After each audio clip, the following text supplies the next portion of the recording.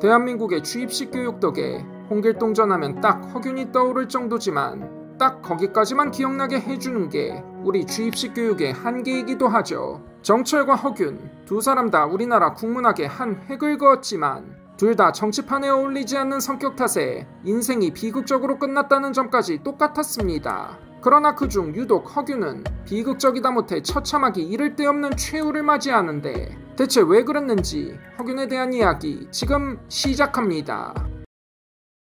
허균은 1569년 허엽의 아들로 외가인 강릉에서 태어났는데 아버지 허엽은 동인의 핵심 인물이었고 형과 누나들도 하나같이 수재였던 명운과 태생의 늦둥이 아들인데다 어렸을 때부터 총명한 기질로 주변의 귀여움을 받아서 응석바지 말썽꾸러기로 자라나 나중에 스스로가 인정했듯 경박하다는 소리를 들을 만큼 자유분방한 성격은 이런 성장 배경에서 비롯됐습니다. 그러나 허균의 성장기가 마냥 밝고 명랑하진 않았으니 아버지와 형제들이 나이차가 많아서 서로 간의 세대차로 서먹한 면이 없잖아 있었고 그로 인해 어린 허균은 간혹 외로움을 느꼈으며 그나마 허균의 아버진 12살 때 일찍 세상을 뜬 데다 절친한 누이이며 뛰어난 여르시인 허난설원이 뜻을 펼치지 못하고 시집살이에 마음고생하는 걸 지켜본 데다 형제 중 가장 가까웠던 형인 허봉이 1583년 유배형을 받고 유배에서 풀려난 뒤 복직하지 못한 채 타지에서 객사를 하게 되자 짱짱하던 허균의 집안은 살짝 기울어지게 됩니다.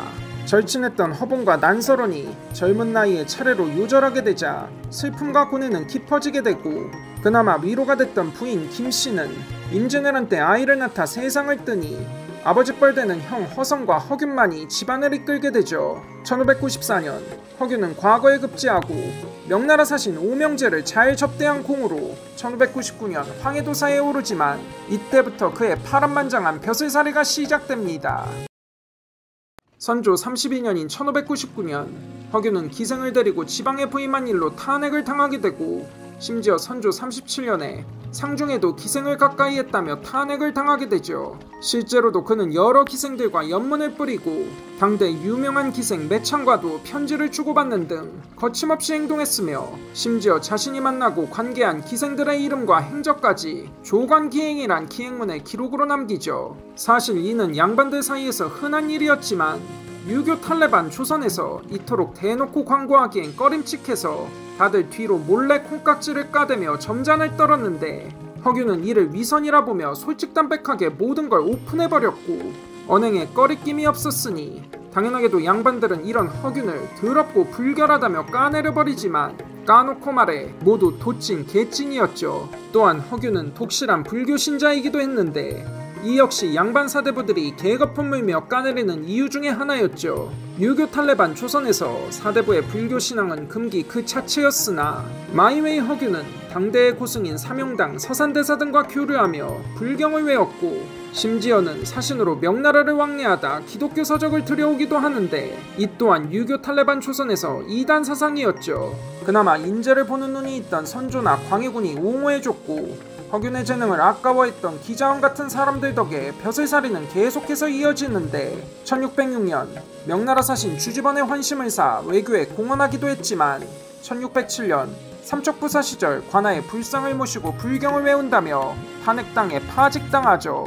거기다 1610년 조카와 조카 사위를 급제시킨 혐의로 유배되는 등 계속해서 관직 생활은 험난하기만 합니다.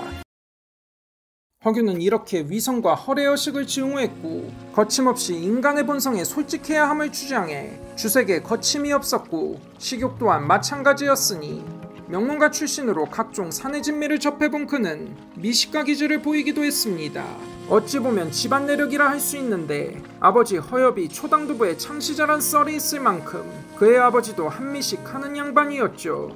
허균의 식욕은 그에 대한 환상을 깨게 만드는데 이조판서 최천권에게 생선과 게가 풍부한 가림이란 고을에 수령으로 보내달라 생떼 부리며 로비를 하는가 하면 심지어 유배를 간 고을의 음식이 기대에 못 미친다는 투정은 솔직담백하다 못해 다소 유치해 보이기까지 합니다. 하지만 그의 식도락 덕에 도문대작이란 대작이 탄생하게 되는데 조선 최초의 음식 및 식재료 품평서로 우리 음식 문화의 한 획을 긋게 됩니다.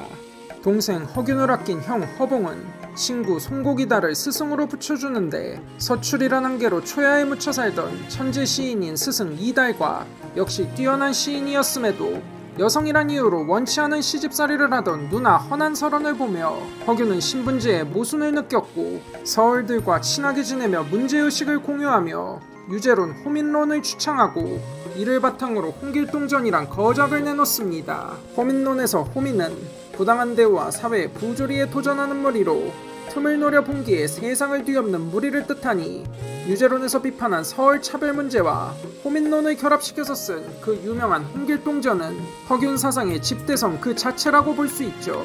그러나 이런 초월적인 사상은 불온분자로 찍히기 딱 좋았고 허균이 어울리던 서출들이 역모에 얽히며 허균에게 위기가 찾아옵니다. 광해군 5년인 1613년 칠사의 옥으로 그가 어울리던 서양갑 심우영 등이 영창대군을 옹립하려 했던 누명을 쓰고 영모죄로 처형당하자 허균에게 의혹의 눈길이 쏟아지고 당연히 허균을 미워하고 경계한 사대부들이 의심하기 시작하니 가뜩이나 옥사가 거듭되던 광해군 치세에 의혹이 확신으로 바뀌는 건 시간 문제였기 때문에 허균은 살기 위해서 이이첨의 당여가 되기로 합니다. 과거 동기이자 대북의 핵심인 이이첨의 사냥개 노릇을 하며 패모론을 주장해 임목대비를 핍박하는데 여기에 대해선 허균이 정체를 숨기고 위장해서 새로운 세상을 만들려는 쿠데타를 계획했다는 썰이 있습니다. 실제로도 허균은 임목대비를 제거하겠다며 무사와 승병들을 모으고 남대문에 유언비어를 유포하며 소란을 피우는데 여튼 실록에선 서궁을 도모하기 위해서였다고만 적혀 있습니다. 그러나 패모론에 대한 비난이 쏟아지자 간교한 이이첨은 막 나가는 행동대장 허균을 손절하려 하고 허균의 변절로 실망한 옛 친구 영의정 기자원이 패모론에 반대하다 유배당하자 그의 아들 기중격의 상소가 올라오며 허균의 몰락이 시작됩니다. 평소 친한 친구 아들이며 제자라고 별의별 수를 다한 것이 화근이었죠. 정도전을 성인이라 칭송하고 서양갑에게 호를 지어줬다는 내용을 적은 상소가 올라오자 허균에 대한 의혹이 커지기 시작하고 결국 허균은 부하들과 체포되고 여러 역무성 증언들이 나오자마자 1618년 허균은 신속히 능지처사당하며 생을 마감하죠. 그가 혁명을 도모했던 역무를 했던 진실을 알 수가 없으니 제대로 된 신문도 자백도 없이 역무를 확정짓고 처형 직전에 할 말이 있다는 허균의 절규는 무시당한 채 신속하게 처형당했으니 후대에도 두고두고 논란이 됩니다. 당대의 사상가이며 엘리트였지만 그의 파격적인 사상은 지배층에게 깊은 공감을 얻지 못했고 위험분자로 낙인 찍힌 시점은 한창 공안정국으로 살벌한 광해군 시대였으며 정도전과 달리 허술하고 치밀하지 못해 세상을 뒤집을 혁명가가 될 수 없었던 그는 살아남고자 발버둥 쳤으니 그가 아무런 원한이 없는 임목대비를 핍박한 이유는 오직 그의 생존을 위해서였음엔 틀림이 없었죠.